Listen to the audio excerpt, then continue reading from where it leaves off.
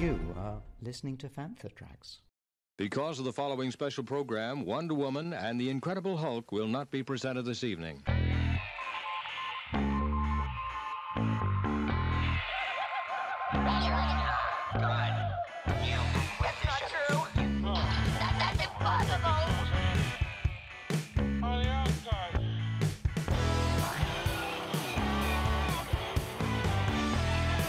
It's time to get all your Star Wars news in a single file. This is Making Tracks. Here are your hosts, Mark Newbold and Mark Mulcaster. That's not true. That's impossible. You're listening to Making Tracks. This is episode 147. I'm your co-host Mark Newbold, and joining me today is a man with a true banana skin soul. It's Mark Mulcaster. Mark, how you doing? I'm very well. What the hell does that mean? Right. So, you were on Rebel Base Card this week. I was, yeah. You've not had a chance to listen to it yet, but No, I I have. haven't. You were talking about Pozu, and when you were describing Pozu to Greg, you clearly meant to say they made the soles of their shoes out of things like pineapple skins, but you didn't. You said they make the soles of their shoes out of things like banana skins, and I'm thinking, banana skins? The thing that people slip up on, and they make shoes out of banana skins. So banana skin sole, it just had to work its way in there. But it was a very good episode, by the way. Very good. Was it? Greg's fantastic because basically what he does is he fits around your schedule, gets up really early in the morning so we could record on a Sunday, I think. Literally, from the moment that you answer the Skype call, you're recording. So there's no chit chat. You're straight in.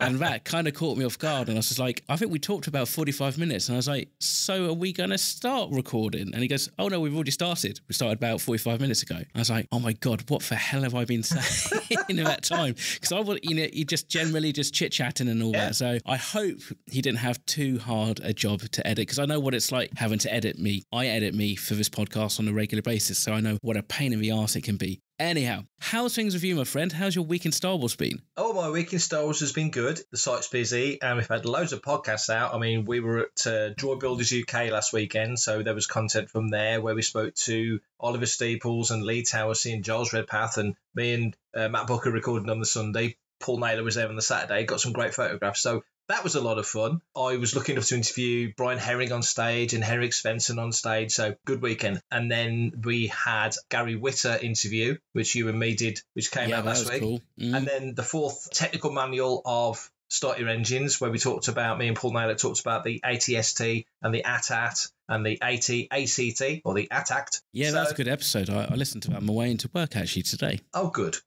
Yeah, I think we're finding our feet with that one, because it took a long time. That should have started 2 years ago, that show. We just could never quite get it working. So, yeah, it's been good. How about you? Middle of the week, had my birthday, so that was nice. So I had some lovely presents, thoroughly spoilt. And then on the weekend, on Saturday, we had some of the Rebels come down from Birmingham and over from London to help with some Celebration Europe set building, which I won't go into just yet. I will keep it under wraps for the time being. It was good fun, and I'm glad we got it done. And everybody who kind of came along, Lily and Richard and Becky and Karen and that, they all worked their little socks off and meant that I didn't have to so much, which was fantastic. Good. So things are moving forward for Celebration. Most importantly, though, in this instant as I speak, have you had any cool new stuff come into the collection? Yes. Listeners might remember that when we were walking around LFCC, I talked about these two mini busts by, I think it's Legends Dimensions. One was a Greedo and one was a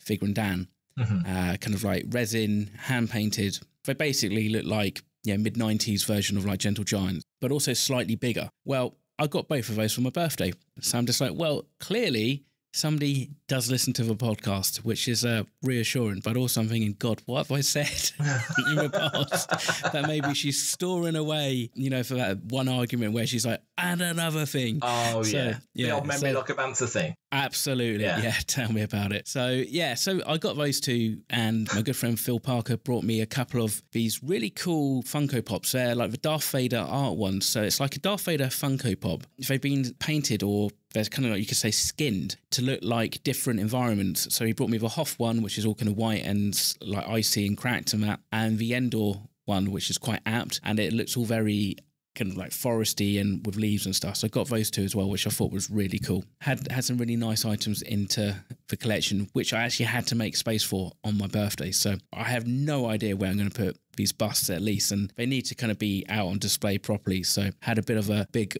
rearrange and what have you. So yeah, what have you had? Well, last week when Lego Star Wars Summer Vacation came out, I received a very nice little package with some odds and sods. There was like a cap in there, and there was the best thing was like a drinks bottle with the logo on it, a very cool looking drinks bottle. So that turned up, which was nice. But today, the best thing that turned up was, and I wasn't expecting this, it was from De Novo. They're a year old, and they sent out to various outlets, I guess you'd want to say, a press kit. And usually in a press kit, there's a bit of blurb and a bit of bump and maybe a patch or maybe a pin or something like this. No.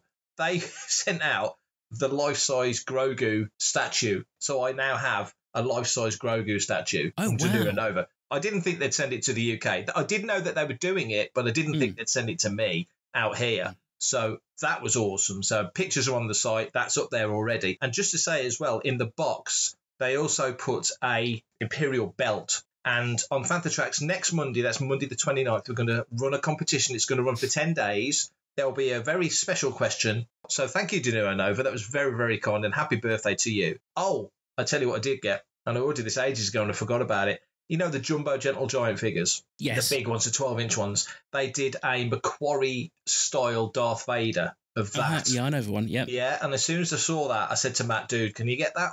I love that. And this was like 7 or 8 months ago. And then this month's comic bill came through, and I'm like, geez, I don't get variants anymore. Why is my bill so big? And he went, you idiot, you forgot that Darth Vader's turned up. Me, Matt and Brian met up actually in Bristol on Saturday, and he gave me the Darth Vader. So that's upstairs. I need to find a proper space for it because it's too cool just to have standing around on the floor. But yeah, very, very nice. So today we have heard that Disney Plus Day, which is on the 9th of September, will be bringing a whole slew of stuff. But the thing that will interest people who've got an interest in the galaxy far, far away is that Obi-Wan Kenobi, A Jedi's Return, yes, you can hear me grinding my teeth as I say that title, A Jedi's Return is landing on Disney Plus. It sounds very much like it's the Disney Gallery type episode, looking at behind the scenes, meaningful moments, bringing the character back, Ewan agreeing to come back. I think it's going to be fascinating. We don't know much more than that. There's a teaser poster out there as well. What do you make of this? I like the fact that they go into some sort of depth and detail on these shows and give us a bit of behind the scenes stuff. One of the big surprises for me anyway about Disney Plus has been these behind the scenes documentaries that they seem to be quite happily putting out. You know, they're farting them out for all the Marvel series and films as they kind of come out, which is awesome. Like, you know, they do the assembled ones, and obviously we've had the gallery for Book of Boba Fett and The Mandalorian. I think it's great. So obviously for me, and for yourself, somebody who would automatically pick up the Blu-rays and the DVDs, the first thing you almost tend to do would be to mine that bonus content. With streaming, you don't have that ability, really, to have those kind of extras. It's nice that they put in the time and the effort in, and also it's clear that they are having those conversations and also filming a lot of this stuff throughout, rather than just making it all retrospectively. Especially Kenobi, it's had such an up and down development. It was meant to be a film, and then it went away, and it's kind of come back and all that. And so I think that's going to be interesting, just to kind of see if they discuss the gestation period and the evolution from it being like a standalone film to a limited series. So I'm really looking forward to it. And interesting though, obviously last year Disney Plus Day was in November. Now it's been moved to like the 9th of September. I wonder if this is again to give Andor a bit of a push before that debuts at the end of September. I couldn't have told you off the top of my head when Disney Plus Day was. Moving it to the 8th of September, as they have, and there's lots of stuff on there, as we say. There's Simpsons stuff, new episode of She-Hulk. There's all sorts of things. Disney Plus Day, clearly now, and will going forward be a busy day. But moving Andor back as they have, I'm not mad keen on 3 episodes on one day. I think it's too much.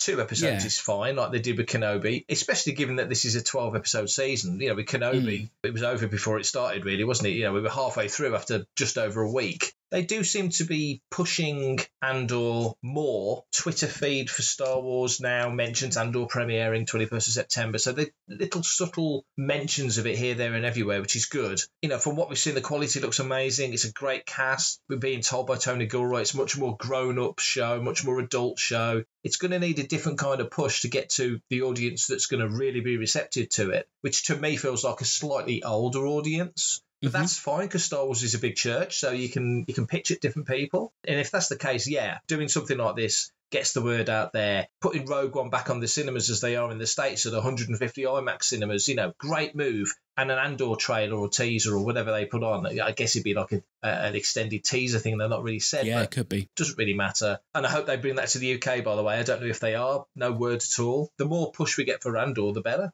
Hi, this is George Mann, and you're listening to Fantha Tracks. Great news. Return of the Garrison is coming back to the National Space Centre in Leicester the 17th and 18th of September this year. It's bringing with it some great guests. Jake Lunt-Davis, concept artist from the sequel trilogy, Rogue One and Solo. Jake Detonator, the artist, he's going to be there as well. The Rebel Legion are there, UKG are there, the Mando Mercs are there, the R2 builders, or the Droid builders, I should say, they're there as well. And Fantha Tracks are there. So we've got 2 episodes of Making Tracks live being recorded in the planetarium. So 3:10 on Saturday and Sunday. You and me, Mark, talking nonsense about Star Wars. So I am very much looking forward to that. Above and beyond being thrilled and excited about what Fantha Tracks is doing at the show, you're coming along in your guise as the top dog at the Rebel Legion. You looking forward to it? Yes, I am. National Space Centre and Return of the Garrison is probably one of the highlights of the year when it comes to trooping. It's fantastic. They really look after us, and also it's got a really nice vibe. It's very family orientated, a bit gentler, that you don't have to kind of bust your nuts to troop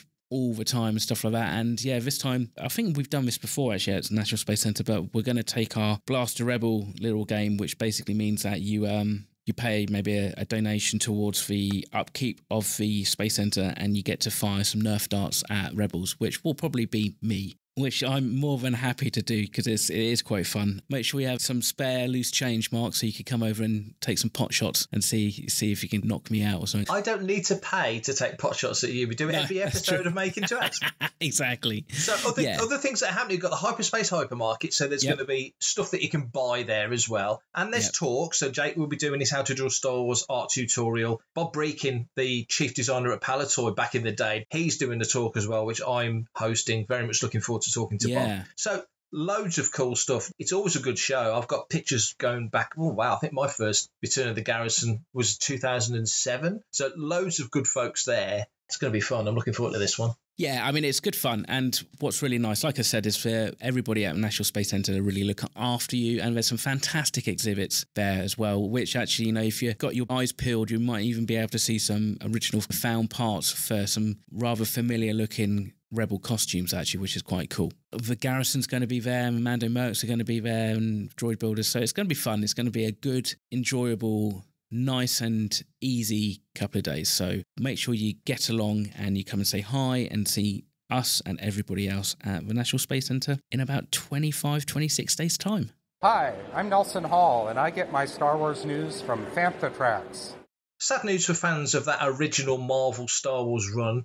Tom Palmer, who inked more Star Wars comics than any other artist in that original Marvel run, has passed away. He was 81 years old. It leaves behind an incredible amount of artwork that was seen both in the Marvel Universe. He had runs on Avengers, he had runs on X-Men, he did Howard the Duck, Doctor Strange, Daredevil, Tomb of Dracula, but also, of course, his work in Star Wars. He's one of those guys that, and people used to joke about it back in the day, but it is actually, I would say, to his credit, his artwork was so distinct, his inking style was so distinct, that whoever he inked, it looked like Tom Palmer. No matter who he was drawing, he made it his own. So you'll have seen certain things from that. I know you're not a mad reader of the original run, but you will have seen some of his stuff, I guess. Yeah, I've definitely seen his work over the years. Just even looking at the website, the In Memoriam article that you put out, there's a photo of him in the middle, and next there's a photo of like Luke Skywalker, and actually there's a bit of Ben Kenobi in there. And you look at both of them, and you look at Tom, and you kind of go,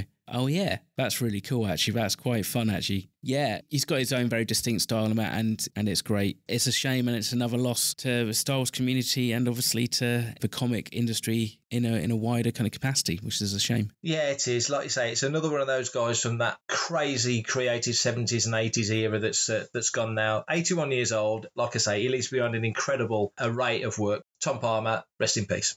Hi everyone, this is Misty Roses, and you are listening to Fantha Tracks. I have spoken.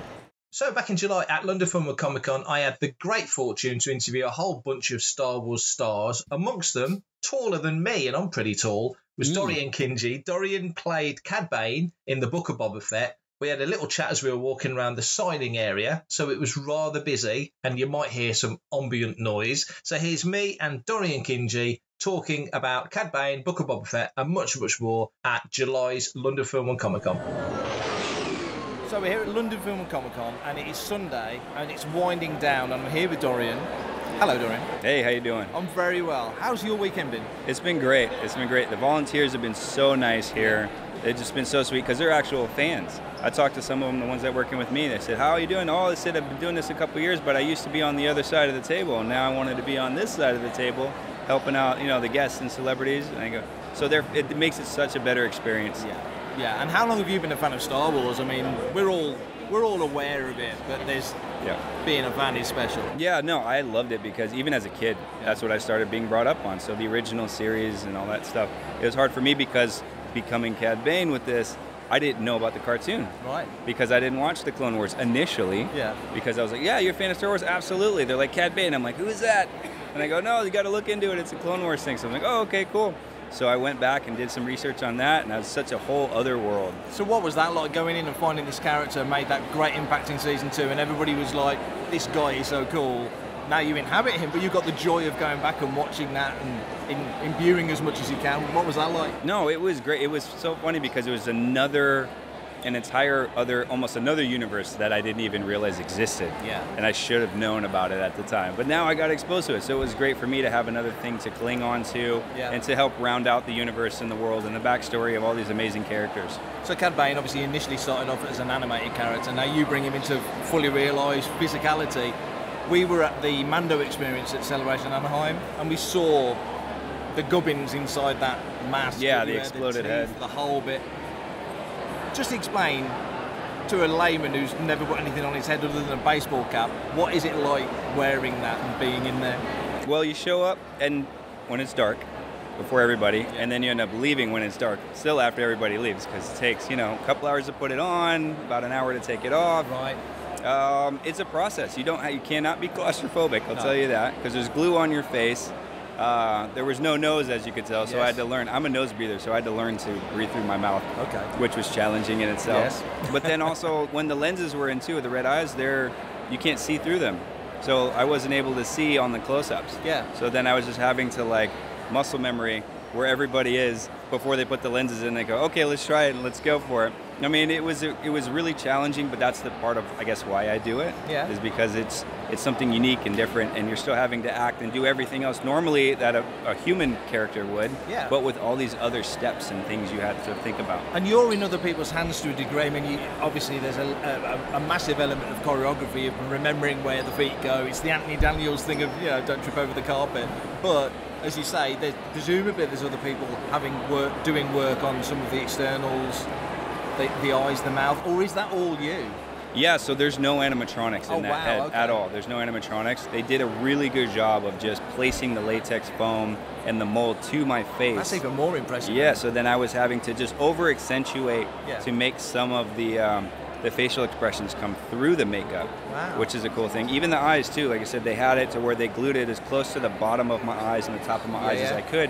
So when I would squeeze down on my eyes, the lids would start closing down, and I would open them up, and they would open up a little bit more. So that's kind of how it worked out.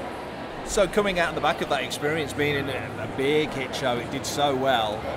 How do you feel now? You're a fan, you've inhabited a legendary character that people love. I can't not mention that you are wearing a quite similar hat, which I think is very, very cool. How do you feel now going out the other side of that and hoping that there's other stuff ahead? I do. It was really nice to finally break into that Star Wars universe, and meeting with Jon Favreau and Dave Filoni and allowing them allowing me to be a part of their world was amazing for me, because I've been trying to get into the Star Wars universe just out of sheer pride and childlike tendencies to get in that, and I have never been in. I mean, I've been doing stunts over 20 years and played a bunch of other cool characters, but now doing this, it definitely has been just really gratifying for me.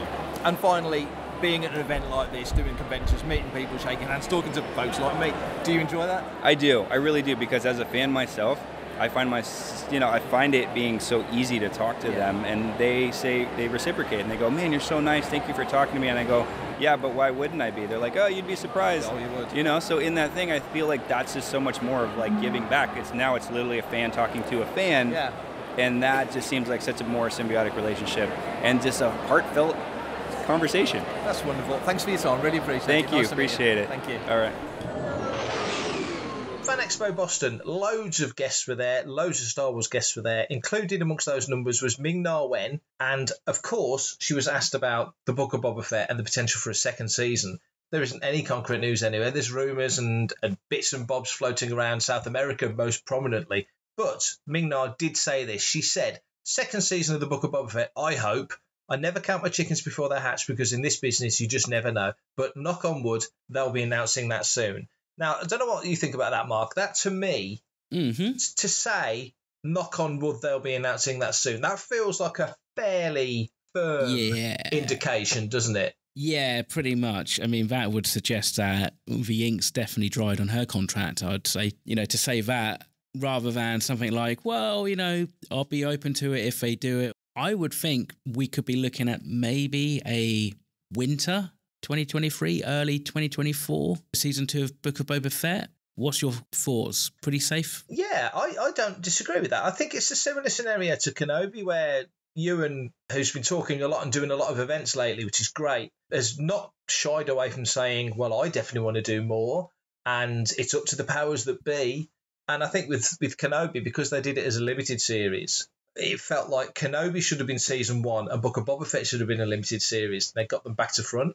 But now it turns out or appears that Kenobi's done so well and gone down so well with the fans and the people involved making it, loved making it. So it feels like Kenobi will expand beyond being a limited series. And Book of Boba Fett, which did great numbers, no doubt, but maybe isn't as beloved by the fans as other shows. If it had resonated in the same way as Kenobi, I think we probably would have had a second season announcement since then. And I wonder if maybe there's a bit of a pivot going on. I wonder if they've had to kind of go back, regroup, and actually kind of go, right, how can we build on the story, but maybe make this slightly more what the fans are wanting from the character? Yeah. You know, the risk is obviously, and I'm sure they're very much aware of this, is that they probably need to try and steer clear of Boba Fett returning to type too quickly. I think there's a lot of ground that could be had still on Tatooine, and I think actually now that maybe he's in place, maybe you could have the first half of the season, if it's 4 episodes and what have you, where he's really wrestling with that kind of responsibility and actually still chafing with kind of the kind of life that he's kind of carved out for himself. Some tension there between him and Fennec. If anybody would be perfect in that position as head of that crime syndicate, I think it's Fennec rather than Boba. Tamira Morrison, he said he has in his head a preferred version of Boba Fett, the Fett that he feels like he's playing, which is inherited from Jeremy Bulloch's Fett and that era of Boba Fett storytelling. And he'd said before, you know, when they were recording the show, there's too many lines, Fett doesn't say this much, can we take some of this out? And they were, no, please record what you've been given. But it seems like Tamira has a vibe for the character of where he would like it to be. And the end of season 1, as you said, this isn't really for me. You know, that whole thing he says at the end of the final episode, you're thinking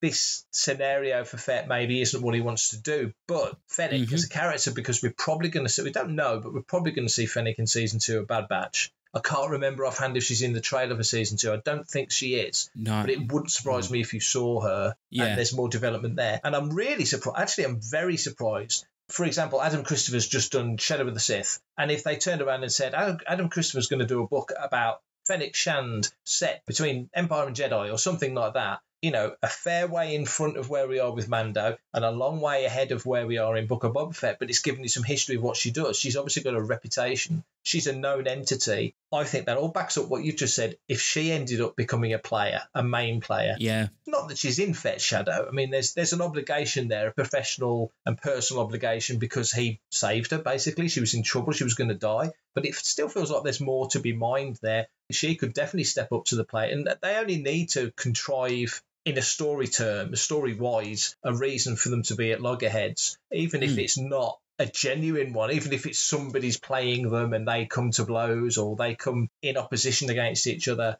they could make it work. So yeah, I mean, and also actually they did leave some loose ends, didn't they? I mean, we assume that Cad Bane is dead, but no one's ever really dead in Star Wars. True. Obviously, the same with Cobb Vanth. You know, they could have these returning characters and that, and both of those could end up being in Mando Season 3. But I think probably Cad Bane more than Cobb Vanth is probably going to resonate more with the Book of Boba Fett ongoing stories. It didn't necessarily land, and I can't really, put my finger on why exactly the series didn't land so well with a wider selection of the fan base than it did. There's a number of different reasons. Yeah. But it's not like it was a real stinker. And I don't think that potentially that Disney and Lucasfilm shouldn't do a second season. I really hope that they do. And like I said, maybe this is why there's been some delay in announcing it. You kind of would have thought the place to announce it would have been at Celebration. But then also, I suppose, it's that whole thing, isn't it? It's like, how much do you announce at Celebration?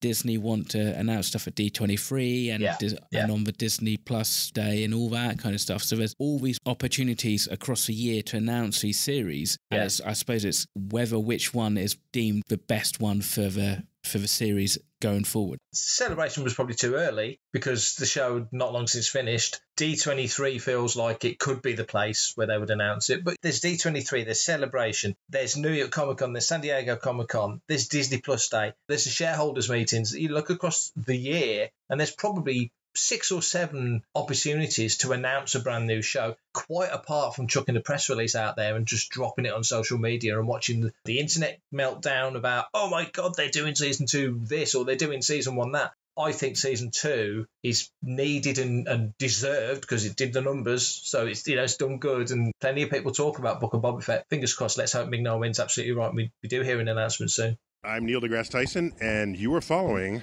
Fantha Tracks. Clearly, times are hard for Oscar Isaac, and he's finally realised that he does need a house because he has indicated publicly that he would be open to returning to Star Wars. Great quote from him. I'm open to anything. You never know. But I have no real feeling one way or the other. So he's kind of qualifying what he's saying. I'm open to any kind of good story, a good thing to do. Time's the one thing that becomes much more challenging as you get older with kids and all that. It's like where these things fit in, realising there's not time for all of it. But if there's a great story and a great director, and Kathy came to me and said, hey, we've got this idea, I'm so open to it. So he actually says the phrase open to it 3 times in that paragraph of quotes there. So, Mark, given that we've not gone beyond, apart from Lego Star Wars, we've not gone beyond the end of Rise of Skywalker yet in live action or in books or any other avenue, really, do you think if they got Oscar Isaac back, that might be the tipping point? Because he always seemed the one that was the most reticent. When Rise of Skywalker came out, there was definitely a vibe at press conferences, him and John Boyega, very much of, we're done with this. Oscar Isaac's off to make Dune, which was a bit like Harrison going to make Blade Runner. I'm off to make serious sci-fi. And John Boyega felt like he'd washed his hands with it not just because of the product, but because of various other external factors. Just like the crap that Moses Ingram had to put up with on Obi-Wan Kenobi, stuff that people shouldn't have to deal with. So they felt like they were moving on. Daisy just felt like naturally she was moving on because it was finished. Do you think if they get Oscar Isaac back, arguably the big name of the 3, that maybe Daisy would go, there's something in this. I could tell more Rey stories. And Boyega, if they give Finn a good storyline, maybe the Lego route of giving him a lightsaber and let's follow his journey as he becomes a Jedi. Do you think maybe there's some scope there? I think so. Possibly what they would need to do is bring them on as a producer and give them producer credits. Give them a real kind of say and voice in their characters, and especially John Boyega. He has produced some other projects and stuff. I think that is the kind of thing that a lot of actors quite enjoy, is actually being able to get that, have that voice at the table when it comes to the direction of their characters. And you obviously see it a lot on TV. The lead stars normally after about the 2nd or 3rd season end up getting producer credits for many a series. For me, I'd love to see, and I am gutted that there doesn't seem to be, other than the Lego shorts, there doesn't seem to be any real impetus to develop these characters beyond Rise of Skywalker. And I think that's a shame. And I think if you were to do that, be it another limited series or something, I think you'll find that actually there'll be more people who are warm to those characters over time. I mean, it's that whole thing, isn't it? It's, it's a nostalgia thing, so give it a couple more years and stuff. Ultimately, as long as it doesn't necessarily feel like a complete cash cow and there feels like there's actually a reason to bring these characters back, look at Harrison, if there's something that they can do. And I think Poe's one of those characters where, well, really all three of the main sequel trilogy characters, they could develop those characters so much more. If there's no pressure on, we've got to squeeze this into a trilogy, that is how you do it. You could have a Poe standalone. You could have a Rey and a Finn standalone. And then you have a meet-up film or series or special or something. I mean, we've seen Oscar Isaac in Moonlight, and he was awesome in the 4 or 5 or 6 roles that he played in that series. And, so clearly he's open to doing a streaming series. So I say do it. Let's get Poe back into the X-Wing cockpit. We could just kind of see actually what he does, see where he goes after, the Battle of Exegol, because really, where does a guy like Poe go? Does he stay and try and rebuild some kind of form of a government and a Republic fleet, or does he go and do something completely random and finally get to kiss Zori Bliss again? Who knows? With these characters, the disadvantage that the sequel trilogy actors and characters have had is that if you think of the original trilogy, it took 3 years to make those films. There was no thought of television. Books and comics was all that kept us going. So there was a long time to fill out those characters. But then in the gap between trilogies, between Jedi and Phantom Menace, it was, 16 years? So you had 16 years to tell their stories in books and comics. So there was a lot of filling out that happened to those characters there, the big three in the original trilogy. You get to the prequel trilogy, and Lucasfilm are more formalised and more organised, if you like, and it's a more tight ship. Dark Horse are doing the comics, and Bantam and then Del Rey are doing the books. Even when you get between Clones and Sith, you get the micro series, and there's stuff that can fill out those characters. And so we get to know the big three of the prequel trilogy really well. I still feel, 7 years on from Force Awakens, I still feel like we don't know anywhere near enough about Rey, Finn and Poe to now have the capacity and the opportunity to do live action. And if you can entice those actors back, you just said it, Oscar Isaac's just done Moon Knight and clearly had a good experience because he's coming back for season 2. That's worked out really well. Daisy's not done a huge amount, but if she turned up in Secret Wars of Spider-Woman, nobody would be surprised. Boyega says he doesn't want to do Marvel stuff. I'm just picking Marvel as an example. Let's say he turns up in, a live action regular Disney series, and he's on a streamer. Nobody would be surprised. So if you bring these three back and do exactly what you just said, what they've just done with Ewan McGregor, and say, well, you're a producer, you have an input, you know the character, but for these characters, great to learn more about what Rey did next. And Poe, how does Poe cope when Leia's gone? Who's been his steady compass for all these years? Very much. So he's got to navigate that. Most of the leadership's gone. These are this era's big three, and we said it actually, I think we said it a couple of episodes ago, saying how funny would it be if the Lego Star Wars specials actually inform live action. And Finn does go on that journey that Leia never took. Leia lays her saber down, Rey picks it up. She never takes that journey to the degree that Luke took the journey because their circumstances were different and their motivations were different. But nevertheless, wouldn't it be great if Finn picked up that metaphorical saber and we finally see that moment in Force Awakens? That was something. That wasn't just a cool moment. That moment in Rise of Skywalker when he senses Rey. There's more to this than what we got. And in live action, we can actually tell it. So you're right. I think a good storyline would entice them all back. But I think Oscar Isaac's the key. I wonder if he is. When they announced Force Awakens, and we all assumed that the holdout was Harrison Ford to get the original three back on board. And it turns out actually it was Mark Hamill. I just wonder, actually, I think maybe out of the three, I wonder if John is the one that will be the hardest to get back into the Star Wars galaxy. I suppose that ultimately it will just come down to the story, and maybe they will have to make certain story point compromises for him to be enticed back. If you get one, then obviously you go to Daisy and they go, well, look, Oscar and John's already signed up. Are you interested? But I think that's a thing, like, John and Daisy now, they're a lot more savvy. They've had the spotlight on them. They've done other projects since then. It would be a big challenge to get all three of them signed back up. I don't imagine it will happen overnight. I think, obviously they've all got agents and they've probably all got other projects coming in. So it might take a good couple of years just to get all three signed up. But hey, if it happens, I'll be there opening night, day one.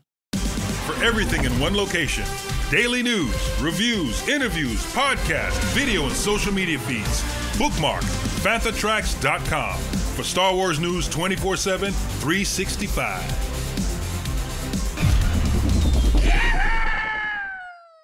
So we go back to Fan Expo Boston. One of the other guests alongside Ming-Na Wen was Ewan McGregor, who spoke on stage about returning in Obi-Wan Kenobi. And one of the points that he brought up was really interesting. He talked about the decision for the character to accompany Ben on this journey throughout the 6 episodes being Leia rather than Luke. He said it was going to be a story about me and Luke. He's referring to the movie, presumably. It was always going to be that. And that was one of the genius moments where everyone went, wait a minute, and then changed it. That's a beautiful thing about how passionate Disney, Lucasfilm, all of us are, who are involved with it, is from the beginning, we try really hard not to let anything of the bad just to protect your experience of seeing it for the first time. I think it's really cool that Disney and Lucasfilm care so much for the fan experience. They really want to have 100% experience the first time you see it. And if you've read that and that leaked and this came out, it's just a bit of a shame, isn't it? It's like looking at your Christmas presents before Christmas Day. So what do you make of that? I think when it was going to be a film, he's saying it was going to be Ben and Luke, which is kind of what everybody expected.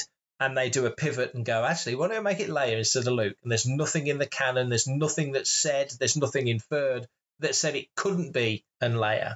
I thought that was a great move. What do you think? I thought it was genius. I genuinely was surprised that they focused on Leia. Looking back, I go, well, actually, that makes so much more sense. To me, anyway, we got so many wonderful moments between the two of them. You couldn't have a proper serious adventure with Luke and Ben and then easily explain how he doesn't really know who Ben is, by A New Hope. But Leia, I think it kind of works. And I don't necessarily think there's anything, possibly that original R2-D2 message, but apart from that, there's nothing in that film I don't think that would suggest that she wouldn't necessarily react differently if she had had that experience with Ben Kenobi before they'd shot A New Hope. Does that make sense? I think all her reactions seemed to come across as fairly natural. It gave it a different spin and it kind of created that father-daughter thing, and I think it just works better. And I think also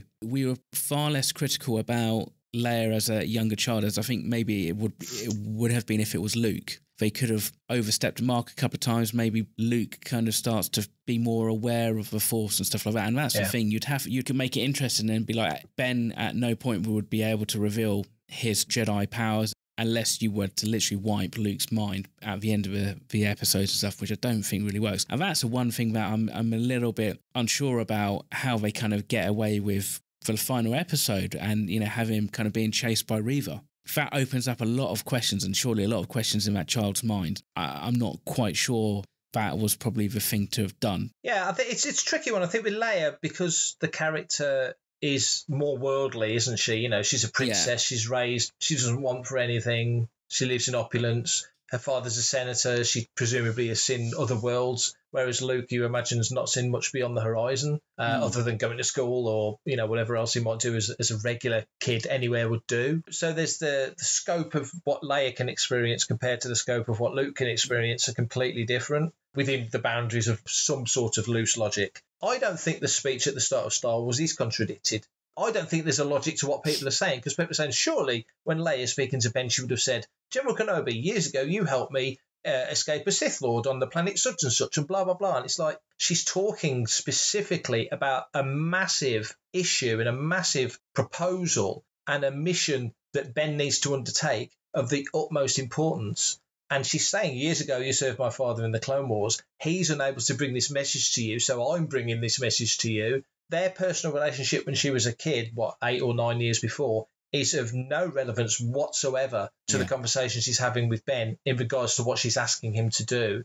To talk about the Clone Wars to basically a shell-shocked Vietnam vet, if you want to put it into Earth terms. They've been through all this trauma of the Clone Wars. Everything Ben knew, she knows this, everything Ben knew was lost, destroyed. He had to walk away from everything. She's referring to that. So she's saying, this thing I'm asking you to do, it's that level. Why would she mention something that happened to her as a kid? It's not relevant. It's nothing to do with that conversation. He already knows he knows her, and she already knows she knows him. So why would he mention that? If it was Luke in that scenario, you see it on television all the time. You see these like tween characters bump into somebody they went to school with 5 years ago, and it's like, wouldn't you remember a friend from 10 years ago? But you see it in television all the time. It's such a contrivance. But with these characters, yeah, Luke's supposed to have a boring life. It's like Jyn Erso, who knows, if she came into Andor season 2, or even season 1, but presumably season 2, it would be a real contrivance to put her in there, because the whole vibe and feel, and this is the canon era now, this isn't just me remembering stuff from when I was a kid in the 80s and making my own headcanon. The whole point of Jyn was that her big moment was Rogue One, essentially. It was that whole that's mission. Her introduction. Completely. And it's her end note as well. So that's what she lived for. That was her huge moment. And she will have had other little adventures here and there. There's cute little things you can do like that if you want, but generally that's her big moment. But with Luke's just living in the desert with his aunt and uncle. He's into speeders and swoops. You see that, and he's got his friends. I really wish we'd seen young Biggs and young Cammy and young Fixer and stuff. Maybe if they do a second season. But Leia made all the sense because she's already seen something of the galaxy. I just kind of get that notion that, even from her galaxy-wide experience, she's already kind of a lot more comfortable. You'd kind of think that maybe she's had stories about Jedi being read to her by Bail and stuff like that. You could almost see that as one of those things that he's kind of doing as a way to train her a little bit and try and keep the flame alive a bit, partly because obviously he knows who her parents are. And I don't necessarily think, unlike Owen and Beru, who seem to be very protective and don't want to poke that bear, you could almost imagine that the conversation between Bria and Bail was when she maybe starts moving stuff with her mind or force choking people, if it comes out about at all, we're going to embrace it and we're going to try and tell her and we're going to try and help her develop that rather than hide it and kind of not talk about it and ignore it. That's one of those contrasting juxtapositions that we can have now. We've got both sets of parents in the Star Wars universe in a way that we can actually see them and we can have further additional stories with them. So it'd be interesting to see, if there is a second season, if they actually go back and we see Leia again.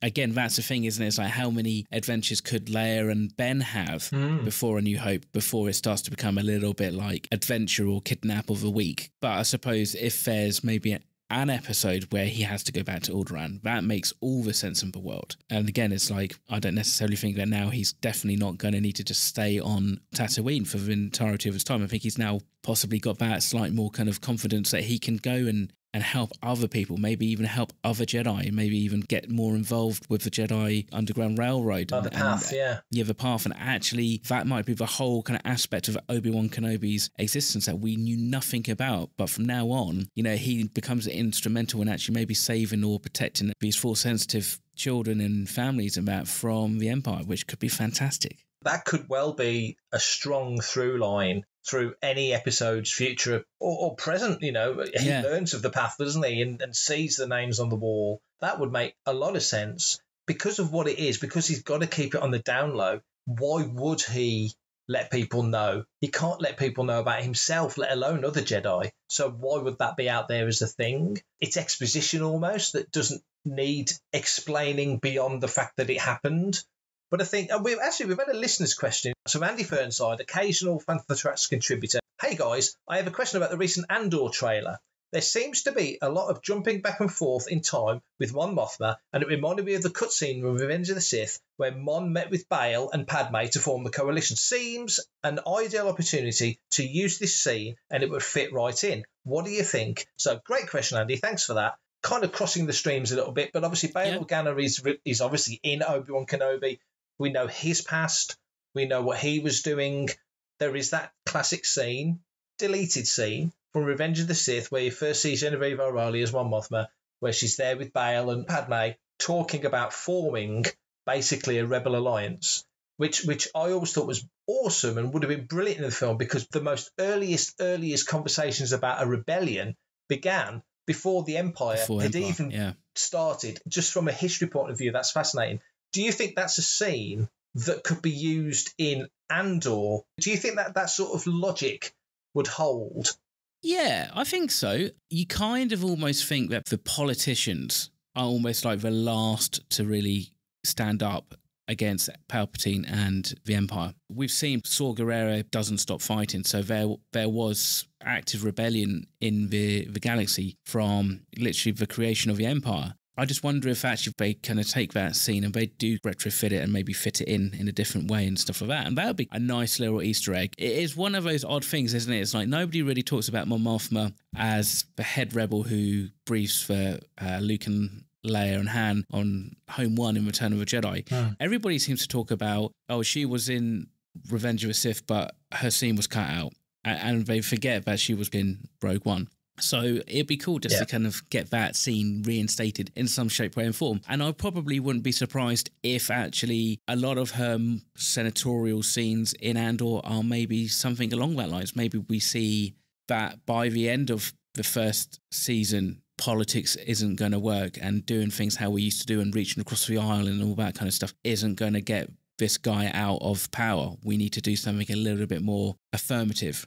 That would make sense in my mind. And I guess, I suppose it all depends upon, is Andor set that little bit too late? And she's already done that. She's already had that realisation. And the Skelland Garsland kind of character, is he working for her? And I mean, I don't know. Let's actually turn it on its head a little bit and go, okay, that one scene that we've always wanted to see of Biggs and Luke at Toshi Station and Anchorhead and that, why don't we stick it in Kenobi, but make it kind of twist it, and so it's a little bit younger, so it's before actually Biggs goes off to the academy, but have those kind of similar kind of moments and stuff. That would be quite fun, just to see the kids or the teenagers in that environment. That could work really well. The Bail Organa scene and Mon Mothma and the scene deleted from one, there's no reason if they wanted to, they couldn't kind of work that into the Disney Plus edit of Revenge of the Sith that they wanted to. It's a streamer now, and they've got options, and there's opportunities to do things like that if they want to. Not that they need to. You can leave the original version there, but if you wanted to do it, you could do it. But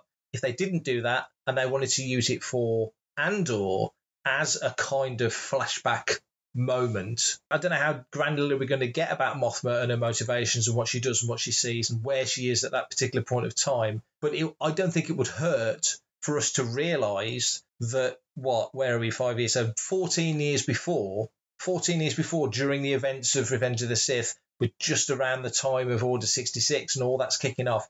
And you realise that Bail and Padme and Mothma and others met up on the quiet to have the first conversations about where we are, ultimately where we are in Andor.